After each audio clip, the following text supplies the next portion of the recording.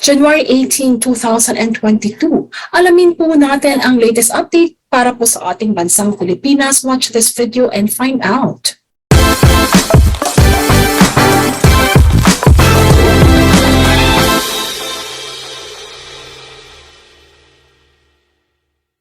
Magandang araw sa inyong lahat mga kabayan at kaibigan. Ako po si Jamey Iris and welcome to Jamey Iris TALK TV, kung saan we talk about, we discuss, pinag-usapan po natin ang mga importanteng updates regarding po sa ating bansa. At the same time po, for my other episodes, marami po tayong iba pa pong dinidiscuss nang sa gayon makatulong ang mga information na ito sa inyong paghahanda, either po sa pag-uwi sa Pilipinas, pagbalik dyan sa bansa kung saan po kayo nagtatrabaho, or kung hindi kaya, nais nyo lang malaman ano po ba yung update sa bansa po natin. Ano na nangyayari? Yan po ang ihahatid ko sa inyo ngayon sa ating episode na ito kung saan ito po ay updates. Ito po ang episode natin where I keep you updated regarding the highlights that are relevant for us travelers in different parts of the world. By the way, kung ito po ang una niyo pong pagkakataon makabisita dito sa aking channel, I'm inviting you to please subscribe to my channel nang sa gayon ma-update din po kayo kapag ako may bagong videos at ganun din po ng mga tutorials na aking ginagawa. At syempre, welcome back sa lahat po ng ating mga subscribers na talaga naman po consistently na nanonood po at sumusubaybay sa ating channel. So simulan na po natin. Alamin po natin ano po bang update ngayong January 18, 2022. The COVID cases in the Philippines as of January 17, 2022 mula po sa DOH ay umabot po ng 37,070. Humaba po ng kaunti pero nanatili pa rin po ito sa 37,000. Hoping po ngayon, January 18, later po natin this day malalaman mula sa DOH kung ilan na lang po ito. Ibabalita ko po yan sa inyo tomorrow. Now, mula po yan sa Department of Health. Tingnan naman po natin mula sa Office of the Presidential Spokesperson. Ano po ang update regarding COVID-19 vaccine doses? Sinasabi po nila na sa kasalukuyan naman as of January 17, 2022, nasa 119,746,232 na ang total vaccine doses na na-administer sa ating buong bansa. Narito naman ang Philippine ranking sa mga bansang nakapag-administer na po ng COVID-19 vaccine as of January 17, 2022 ayon sa Bloomberg. Ang Pilipinas po ay nasa rank 18 globally out of 205 countries. Rank 11 naman po out of 47 countries in Asia. Rank 3 out of 10 ASEAN member states. Wow, that's quite a good ranking na rin po. Kahit paano to rank at least 3 out of 10 ASEAN member states. At ganoon din po dun sa ranking na binigay po natin compared to other 205 countries at 47 countries in Asia. So, with the number of vaccines na receive po natin, donation from different countries at ganun din po, mga binili ng Pilipinas, looking forward na marami pa po ang mapag-administeran ng bakuna. At syempre, I do hope, this is just from my insights po, na ngayon po, nagkaroon po ng no ride, no ride. And at the same time, no vax, no ride policy. Sa tingin ko rin po, kinakailangan nating simulan or ipaigtingin din po yung information campaign regarding sa COVID-19 nang sa gayon yung mga hindi pa po nakakapagpabakuna, ma-encourage naman po sila magbakuna. So I think the government has to take a look at the side why these people are not yet having vaccine rather than resort only to, like for example, circumstances or situations such as this were in a way parang no choice kasi yung mga hindi nagpabakuna para magpabakuna sila, nagkakaroon po ng no ride, no policy. No vaccination, no ride policy. So yung iba, parang feeling nila, it's either nakukorner sila or at the same time, no choice sila kung hindi magpabakuna. Different reason, different angles. So anyway, pag-usapan po natin yan mga kabayan at kaibigan sa isang video ko. But for the meantime, that's my thought only. That's quite good. We have this ranking, but then looking forward po para mas marami pa po ang magbabakuna katulad po natin. I think what we needed is yung drive po or campaign na makakapagbigay ng unawa po.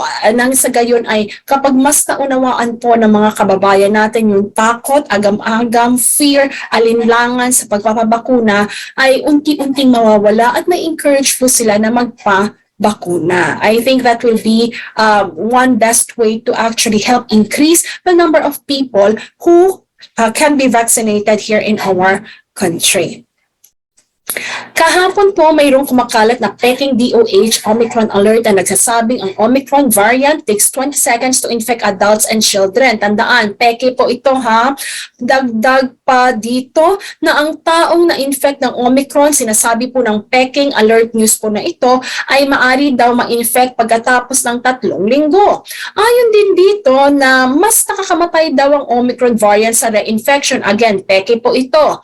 And then paglilinaw ni Cabinet Secretary Acting Spokesperson Carlo Nograles sa press briefing ngayong araw, January 18, 2022, na patuloy ang pag-aaral sa nasabing variant. Ngunit wala po ni isa ang makakapagpatunay na totoo ang sinasabi ng peking DOH Omicron alert na mas malala o mas nakakamatay ang Omicron kapag na-infect ang isang pasyente. Dagdag pa po niya na nananatiling protektado ang mga individuals na fully vaccinated or boosted laban sa COVID-19. Pati na rin po ang mga sumusunod sa minimum public health standards or MPHS, tulad na po ng pagsusuot ng face mask. Sabi niya po, we know that as cases due to Omicron rises, many of us naturally want to know more about this variant. Okay lang po yun. We should be armed with information about COVID, pero uulitin ko po, please arm yourself with the right information and please get your information from trusted and credible sources. Huwag po tayong magpakalat ng Omicron virus, huwag po tayong magpakalat ng maling information regarding Omicron virus at huwag din po tayong magpakalat ng fake news. Ito po yun. So ito po yung example po ng public advisory on the circulating alleged DOH advisory on Omicron. Ayan po, nirelease fake po ito.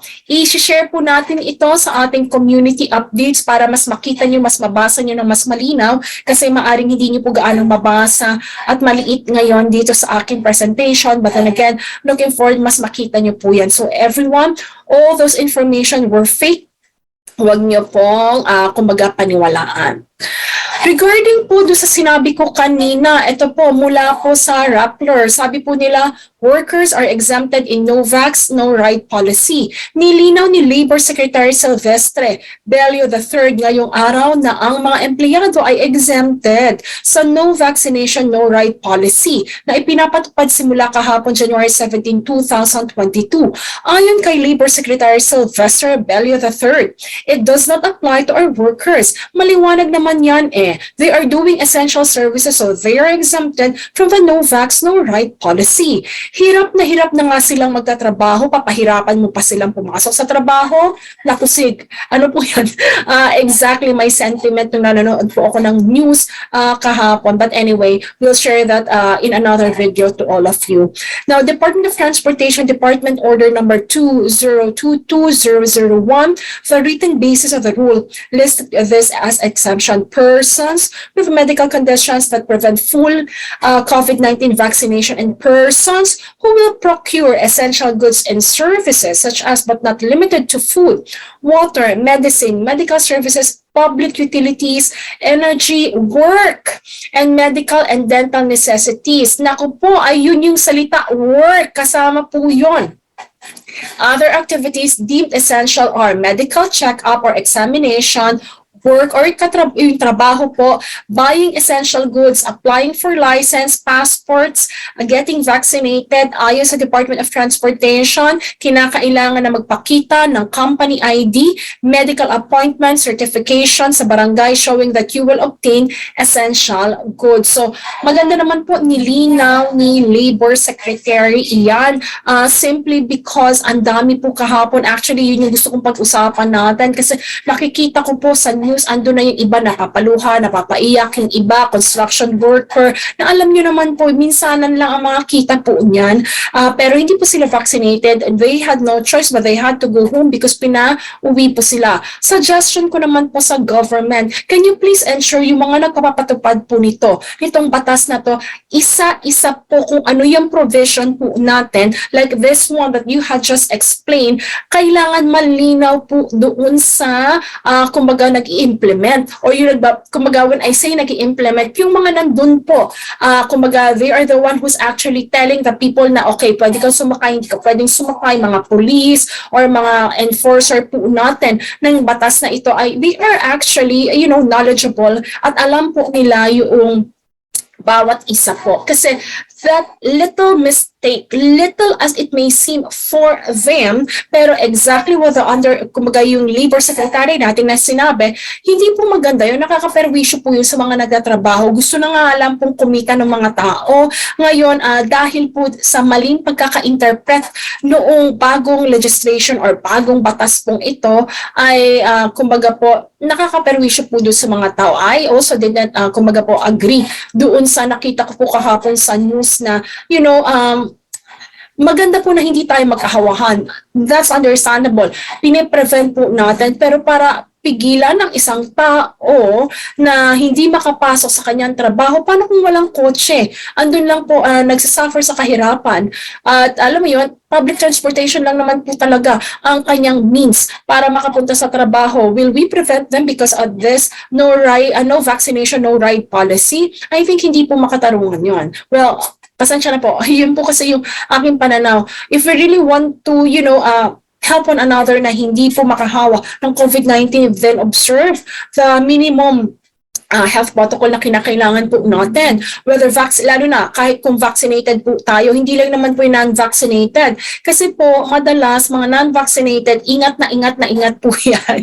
Ang minsan po nakakalungkot lang po, katulad po yung mga, di ba, previous news natin, mga nag-skip ng quarantine, or yung medyo malakas ang loob na hindi mag-follow ng protocols, ay yung mga ilang, hindi po lahat ha, meron pong mga mangilan-ngilan po na hindi vaccinated. So, kailangan po whether you're vaccinated or unvaccinated, patuloy lang pong mag-ingat nang sa gayon makapagtulungan po tayo sa isa't isa at hindi makaagrabyado ng kapwa po natin. So anyway, thank you for this clarification mula kay Labor Secretary Silvestre Bello III. Napaka-importante po nito para po sa ating mga kababayan na alam niyo po yun, na-inconvenience po kahapon talaga at alam niyo po yung feeling ng stress, feeling ng frustration, disappointment, maaga ka na pumasok tapos hindi ka pa makakapasok because of this, let us just say, incorrect implementation po na itong no vaccination, no ride policy. So, sa ating mga enforcers naman po, so please do your due diligence for our kababayan. Kasi I know you're just doing what you need to do, pero maganda we do it correctly, we do it accurately, nang sa gayon wala po tayong masagasaan na or maapakan ng mga tao na nagtatrabaho lang po at nais po nilang kumita sa panahon po ng pandemic crisis. Meron pa po tayong ilang mga balita. MIAA, pinaalalahanan po ang mga pasahero to check RT-PCR result bago po pumunta sa NAIA. So sinasabi po ng Ninoy Aquino International Airport or MIAA, last January 17, 2022, ang Manila International Airport Authority or MIAA, General Manager na si Ed Monreal, sinabi niya po he's appealing to passenger na please be responsible travelers and make sure to mind both your safety and at the same same time of others who will be taking the same flight with you. Sabi po niya in his message is simple, for passengers to wait for their RT-PCR test result, and please do not go to NAIA if you had tested positive sa COVID-19. So he is also saying that this call comes from the heels of multiple interceptions made by the airport guards as they check travel documents of departing passengers bound for both local and international destinations. So sinabi rin po dito na ang airport chief stressed that airline passengers must wait for the release of their RT-PCR results and check it before going to NAIA to catch their flights.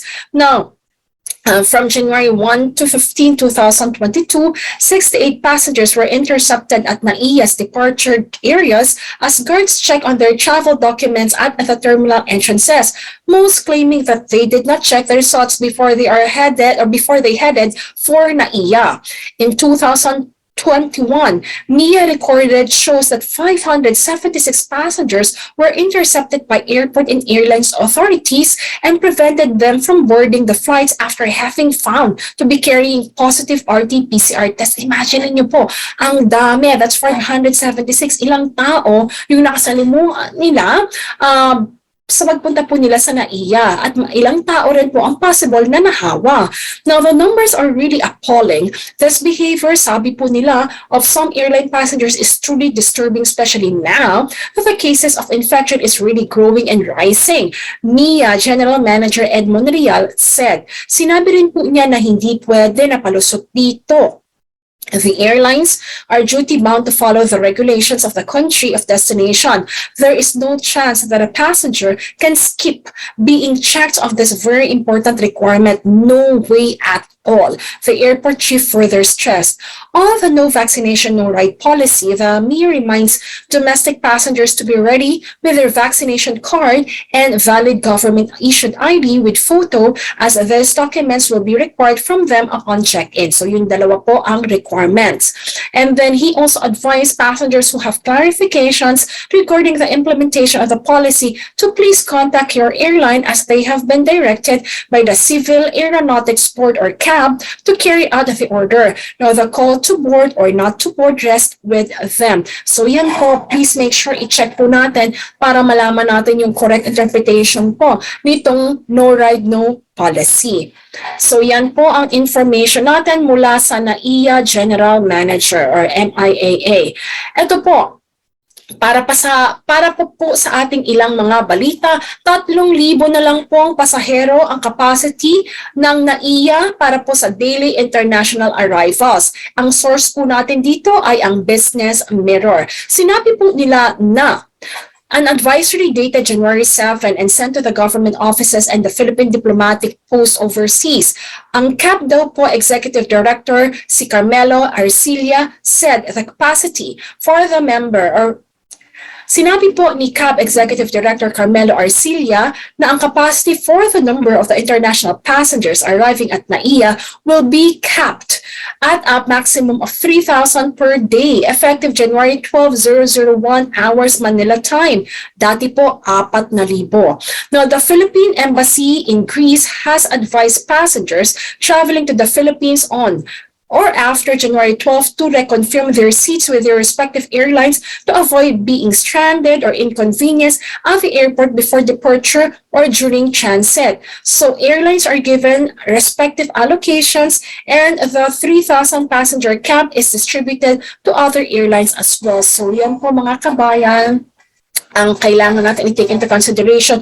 Kung napapansin niyo po, nagkakaroon ng kumbaga cancellations, it might be because of two reasons. One, less na po yung mga kumbaga manpower ng ating mga airline company like PAL and Cebu Pacific sa kanilang mga mensahe sa kanilang passenger kasi po kailangan mag-quarantine at isolate nung kanilang ilang mga crew po. So kung sakasakali po binawasan din po yung capacity sa NAIA, yan din po maaring maka-apekto when it comes to the number of flights that we're accepting here. Dati, nung 4,000 ang capacity natin, ang PAL po nasa 1,200 estimate yung kanilang capacity. So there's a big possibility mabawasan po ito kasi may certain percentage lang po ang PAL when it comes to yung kunya share niya sa passengers sa NAIA, and then certain po percentages din po yung mga ibang airlines, but they are not yet revealing that to us. So wala po ako mabigay na exact number po sa inyo.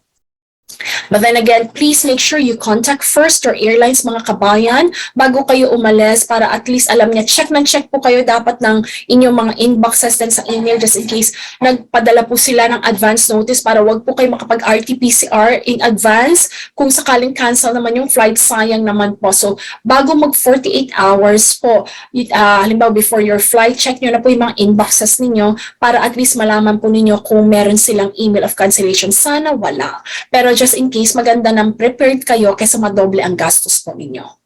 Now, another report from the Philippine Star, it says government allows quarantine hotels to function as isolation sites. So sinasabi po na inanunsyo rin ni Cabinet Secretary and Acting Spokesperson Carlo Nograles noong nakaraang Biyernes na inaprubahan na po ng gobyerno ang rekomendasyon ng Department of Tourism na magsilbi na rin pong isolation facilities ang mga quarantine hotels para sa nagpositibong OFWs at ROFs. Sinasabi po ni Nograles sa press briefing na we have now a new resolution that allows quarantine hotels to also have isolation floors so that returning overseas Filipinos or overseas Filipino workers who are quarantined do not need to be transferred from one quarantine facility to isolation facility. That's a great news actually mga kabayan kasi marami rin po tayong naririnig na hindi maganda po yung ibang isolation centers na meron po ang gobyerno or kaya po ang LGU kung kaya't ang ating mga kababayan, pag nalipat po sila, talaga naman po yung kalagayan po nila ay hindi ganun kagandahan. Kung sakasakaling nag-positive po kayo, OFW or non-OFW po, ay maaari na po kayo magstay in the same hotel. So ang gagawin lang po nila, like certain floors po ng hotel, yun po yung magiging isolation area. Meaning, yung area na yun, yung room na yun, gagamitin lang po para sa mga nag-positive. Kasi yung quarantine rooms po ng hotel, it means these are people who are not yet tested positive doon sa kumaga COVID-19 case po. Para at least ma-separate po yung kasi iba po yung cleaning when it comes to quarantine hotels at iba ang thorough cleaning din po kapag isolation room naman po ito. So again,